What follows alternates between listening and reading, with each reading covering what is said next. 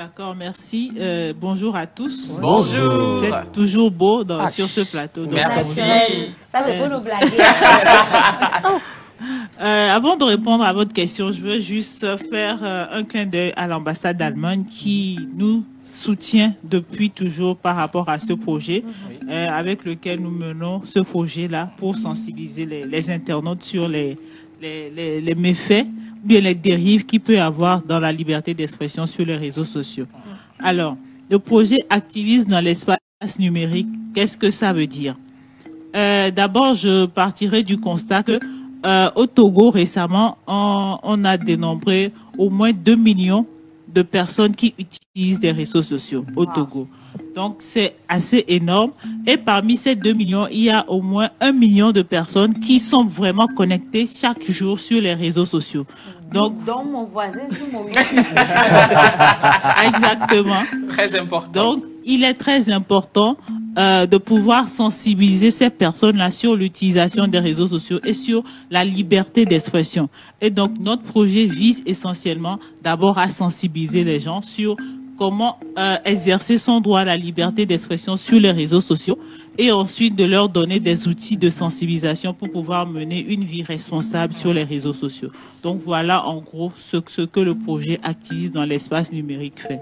Alors, du coup, comment est-ce que les publications des jeunes sur les réseaux sociaux, encore qu'on publie avec beaucoup de liberté, peut devenir ou entraver la vie future?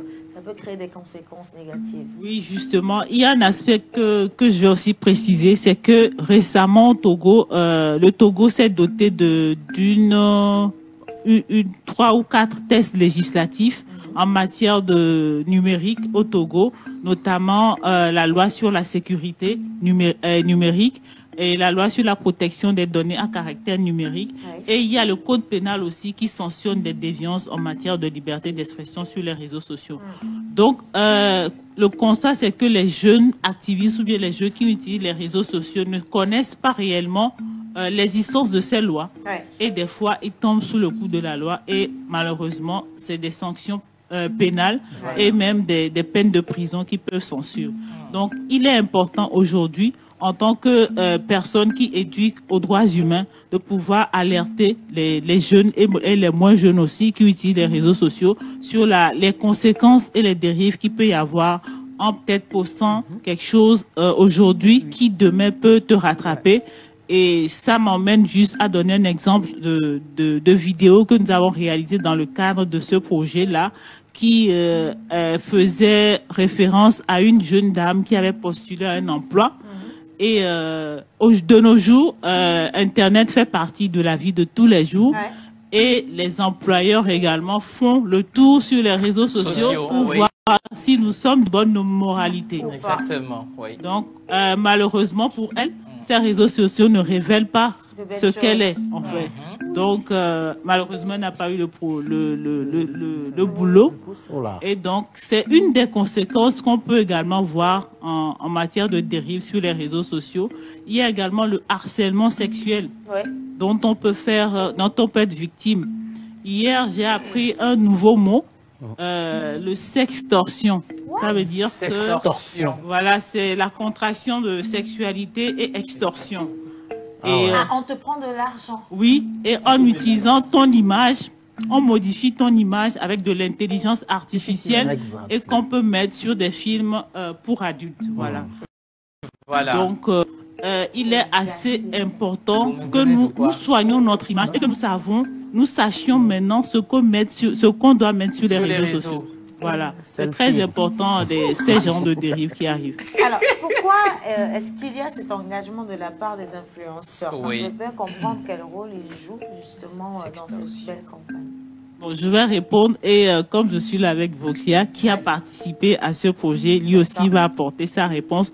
Dans le projet, puisque c'est un projet qui se fait essentiellement en ligne, on a donc jugé important de pouvoir associer les personnes qui sont déjà utilisateurs ou bien des créateurs de contenu sur les réseaux sociaux parce qu'ils drainent déjà un assez grand nombre d'abonnés derrière eux. Et donc, eux aussi, leur voix peut porter Donc, en collaboration avec l'ambassade d'Allemagne, nous avons donc approché certains influenceurs, créateurs de contenu et certaines personnalités pour qu'ils puissent nous accompagner également dans ce projet en posant leur voix et en donnant de leur image pour accompagner ce projet. Et donc, c'est pour ça que je suis là aujourd'hui avec Monsieur Vauclia, qui va aussi essayer de répondre à votre question. Pourquoi avoir choisi d'accompagner cette campagne?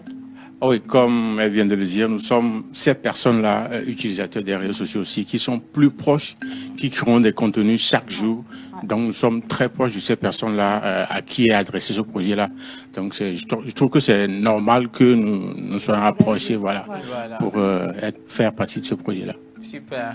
Et du coup, quels sont les outils que vous utilisez pour sensibiliser aujourd'hui de manière plus rapide et effective, efficace? Justement, le mot c'est rapide parce que Internet c'est la rapidité. Ah ouais, c'est la rapidité. Oui. Et donc, notre projet se fait essentiellement sur les réseaux sociaux. Et entre autres outils, nous avons produit des vidéos avec certains acteurs de la place, des acteurs que nous connaissons tous, qui ont accepté également accompagner le projet en faisant de petites vidéos, de petites scènes de tous les jours, de ce qu'on rencontre dans la vie de tous les jours.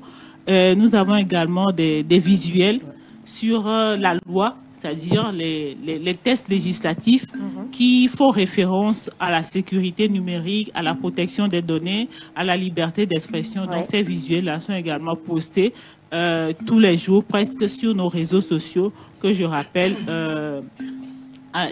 Facebook, Twitter, Instagram, LinkedIn et TikTok aussi. Voilà. C'est Amnesty Togo partout. Quand vous tapez, vous allez voir tous nos contenus. Nous avons également des articles que nous publions régulièrement sur notre site internet qui est le www.amnestytogo.org et que vous allez là-bas. Il y a toute une panoplie d'articles qui expliquent en long et à large les contenus des tests législatifs que nous avons en matière de sécurité numérique. Donc voilà, entre autres, les outils que nous avons utilisés et qui sont disponibles et abordables à tout le monde. Tout le monde intéressé peut nous approcher et avoir ces outils-là pour pouvoir également les partager autour de lui. En tout cas, merci infiniment Sonia, pareil Vauclia, mais on vous garde justement parce que le cinéma s'invite dans cette rubrique également. Voilà, exactement. Et justement, à l'occasion du passage d'Amnesty Togo, parce que bon, vous le savez, hein, je suis ici, chroniqueur dans la pause, mais aussi animateur télé dans mon émission, et surtout producteur modestement et cinéma. Et directeur aussi de l'Amnesty. Non, surtout pas. Je trouvais qu'il était important, moi, personnellement aussi, de participer à cette sensibilisation sur les réseaux sociaux, et donc j'ai travaillé avec Amnesty International en réalisant une des vidéos de sensibilisation, aussi parce qu'il est important pour moi en tout cas sur les personnes avec lesquelles j'ai travaillé. On s'est tous partagé la tâche parce que quand vous voulez sensibiliser sur les réseaux sociaux, il faut aborder plusieurs thématiques qui vont jusque dans la protection de votre image sur les réseaux sociaux, jusqu'à la façon dont vous vous protégez des mauvaises nouvelles ou des fake news, des fausses nouvelles, comment vous arrivez sur Internet à trouver ou à débusquer les fake news. Donc ça, il faut bien rechercher, c'est la bonne recherche sur Internet. Et c'est la vidéo que j'ai eu le plaisir de faire avec Vauclia Diosk, où il explique quelques méthodes simples et pratiques qui vous permettent en fait, quand vous avez une information sur les réseaux sociaux, de pouvoir vérifier avant de les partager. Une anecdote assez intéressante, c'est que si on veut dénombrer le nombre de victimes pendant le Covid-19, le nombre de victimes qu'on a eu à cause des fake news, pas le nombre de victimes dues à la pandémie elle-même, mais le nombre de victimes à cause des fausses informations, traitement, comment ils appellent le traitement là même, il y a un nom là. Traitement Sorabi avec beaucoup de choses. C'était pas juste ça.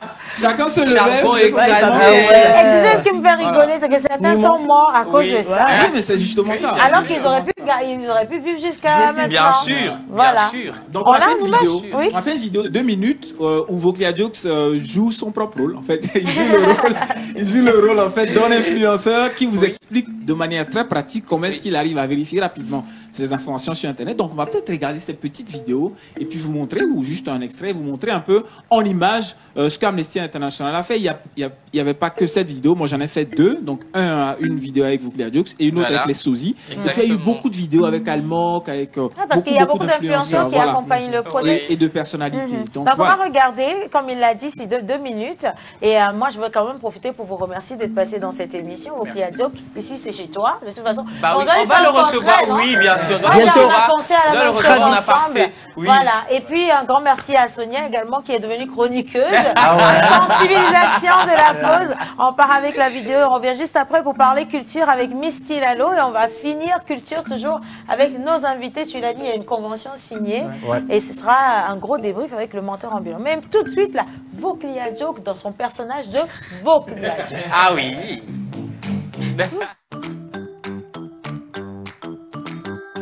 La Covid-19 revient en force et le nouveau variant africain va faire plus de dégâts.